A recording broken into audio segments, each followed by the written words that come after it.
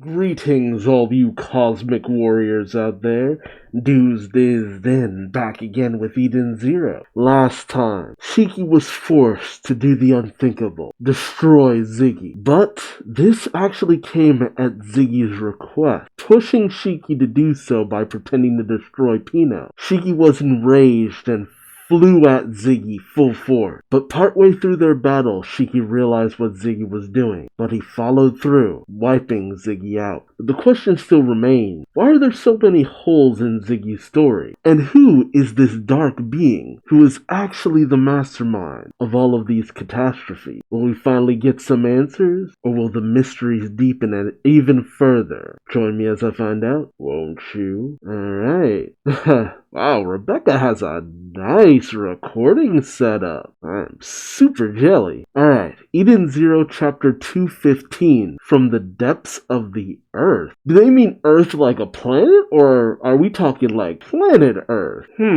Couldn't be, right? Alright, we see Shiki standing before the crater where he destroyed his grandfather Ziggy. Pino calls out to him gently, but he does not answer. Pino says, "Did you always know that it was Master Ziggy?" Shiki says, "No, I figured it out during the fight. And then I remembered that he called you little girl." Shiki turns to Pino and says, "That's something you would call a human girl, right?" Pino has a genuine beaming smile on her face. Shiki says to Pino, "Grandpa is such a good guy." Pino informs him, because he was originally you.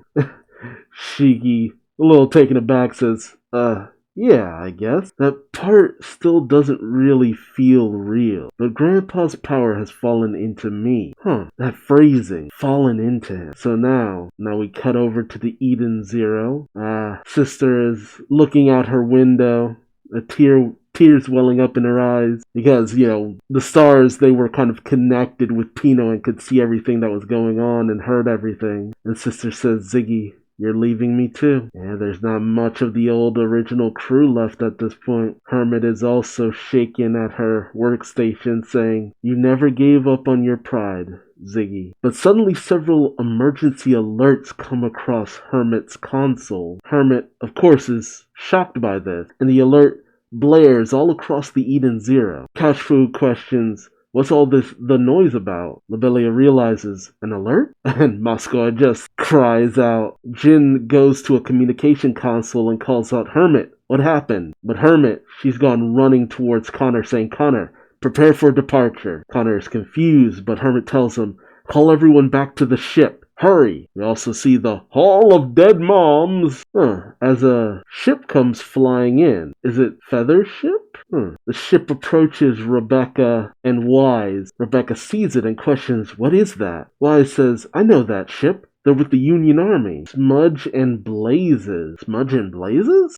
Rebecca calls out to Happy to get ready for a fight, and Happy's at the ready. But someone calls out from the ship saying, "We have no intention of fighting you." Rebecca questions this as the person comes out with Homura in their arms. Wise calls out to Homura, and we see that it's Eraser, who says, "She helped our little Justice out of a jam. And one good turn deserves another. So we're here to return her." Wise seems unconvinced, and as Eraser jumps down and sets Homer on the ground, he tells Wise, "Oh, don't scowl. We really don't want to fight you right now. And wow, what is this place? It's incredible." He said in the Hall of Dead Moms. Rebecca goes over and cradles Homer in her arms, calling out to her, "Homura, are you okay?" Homura begins to wait. Meanwhile, in Feather's ship, she says, "Never mind that. We should leave this planet quickly." A chronophage is on its way to Lendard. Oh no. Wait, but Rebecca didn't use her ability. Yeah, naturally Wise and Rebecca are shocked, but a communication comes across Happy's B-Cube. It's Hermit saying, "Rebecca, come in, Rebecca. Operation Planet Eater is cancelled.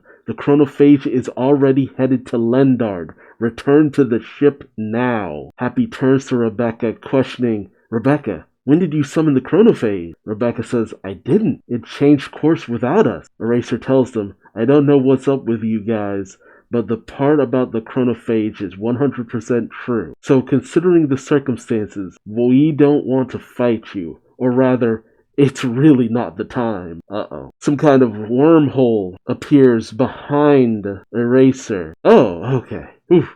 I got worried for a second there. Shiki pops out of the wormhole carrying Pino saying, guys, you got Hermit's message, right? Rebecca calls out to Shiki. Well, yeah, he's just stunned saying, where did you come from?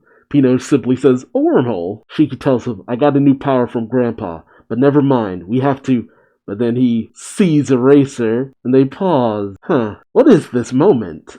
Like, they're having this weird kind of moment between each other. Uh-oh. This moment is weird. Are we gonna find out, like, Eraser and Shiki are, like, related or something? Eraser thinks to himself upon seeing Shiki, thinking, this is Shiki Granbell, the man with the ether of a demon king. Shiki simply tells Eraser, you guys better get out of here too. There's a chronophage coming to the planet. Eraser simply says, yeah, we know. Shiki also says, now I have to find Elsie but Eraser tells him, don't bother with Elsie. Shiki is surprised. But Eraser explains saying, apparently she wants to talk to Justice, alone. They fought each other for ages, and now they're finally talking. Let's not be a third wheel. Shiki's unconvinced, saying, but Feather says Justice has been informed of the approaching chronophage. They can escape when it becomes necessary. When it becomes necessary? I don't know. Something doesn't feel right. Shiki reaches out to Rebecca and Wise, saying, okay, then we're out of here. Come on, everybody, grab on. I'll open a wormhole to the ship. And as Shiki grabs Rebecca's hand, she simply smiles and says, I'm glad you're okay, Shiki. Shiki smiles right back to her. But Eraser stops him, saying, mind if I ask you a question? What are you people after? Now you're asking. I guess he wants to assess if Shiki's actually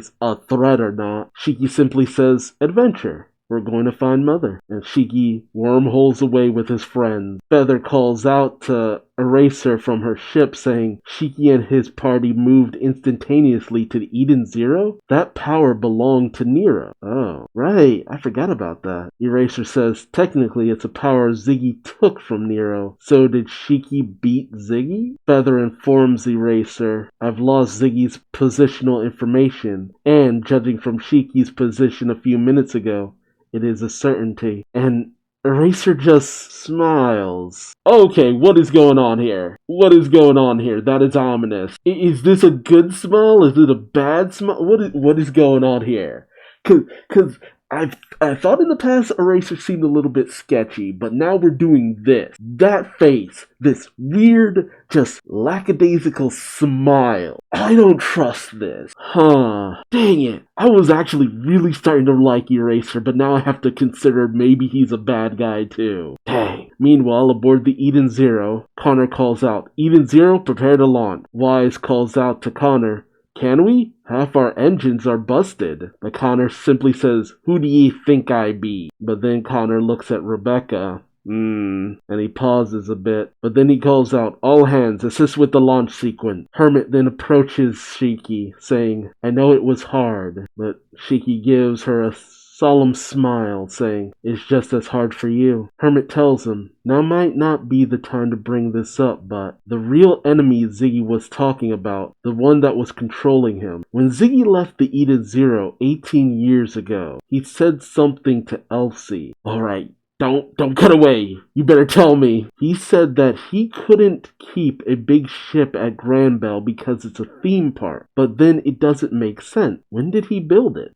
Yeah, someone has said in the comments of my previous video that it was weird that he said it was a popular amusement park. Wasn't sure if maybe that was what it was. Hermit says it was probably already under construction when we were in outer space, that blank period in our memory. I don't know why he would have it built.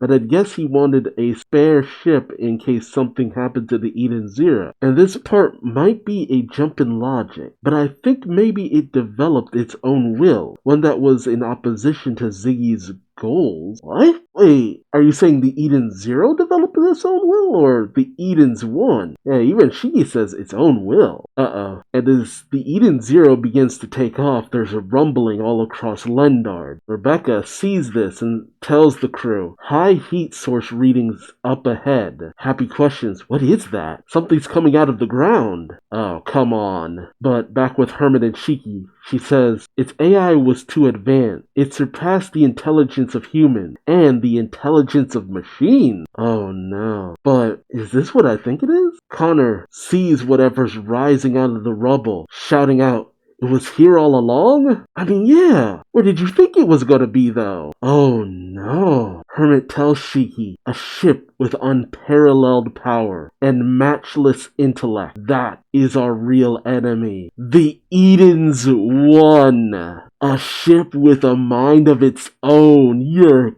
kidding me. The Eden's One is sentient? How? Why? What? I'm sorry, what? I mean, in the other timeline, the Eden's One was something dark, yes, but it was still piloted by Connor. But here it's sentient? That just raises even more questions, though. How was it controlling Ziggy? It didn't seem like it was doing that previously. Why was Connor piloting it? Or was it that the consciousness of the Eden's One jumped into Ziggy, and when Pino unleashed that EMP, it went back into the Eden's One, and before it could take back over Ziggy, Shiki destroyed Ziggy. But this doesn't even really begin to answer any of the questions. What exactly happened on Lendard? What was really going on here? Like, what were the plans of Elsie's parents that they would create something that could just churn out dragons or endless machines or what have you? How is it that the shining stars and the dark stars were previously human? How did they become automatons or whatever they are? Like, what are the shining stars and the dark stars? What does Moscow's button do? See, I kind of just want to see the chronophage eat Lendard, and maybe time will kind of be reset to a certain degree, and maybe we might find out some stuff, but I don't know how that would work if certain people aren't on Lendard? No, it'll just be reset, creating a bit of a time distortion, so there will be a version of Elsie that is on Lendard, but it's just younger. Elsie and James. Could we find out then? But then it would also be hard to access Lendard. And the Eden's One being the enemy, just, it feels off because it's like, then what? How was the Eden's One constructed? What about the Eden's One construction made it evil, essentially? Something's weird. There's still something weird going on here. Between Eraser feeling mad ominous during the course of this. Like, he's always felt aloof, but here he just felt ominous. There was something stupid ominous about Eraser here. And this whole reveal of the Eden's One was kind of badass. I kept wondering when it was going to come into play. It was weird that it didn't show up for all this time, only to have this reveal of it being this dark, monstrous creature. But to what end? What exactly is the Eden's One? How was it made?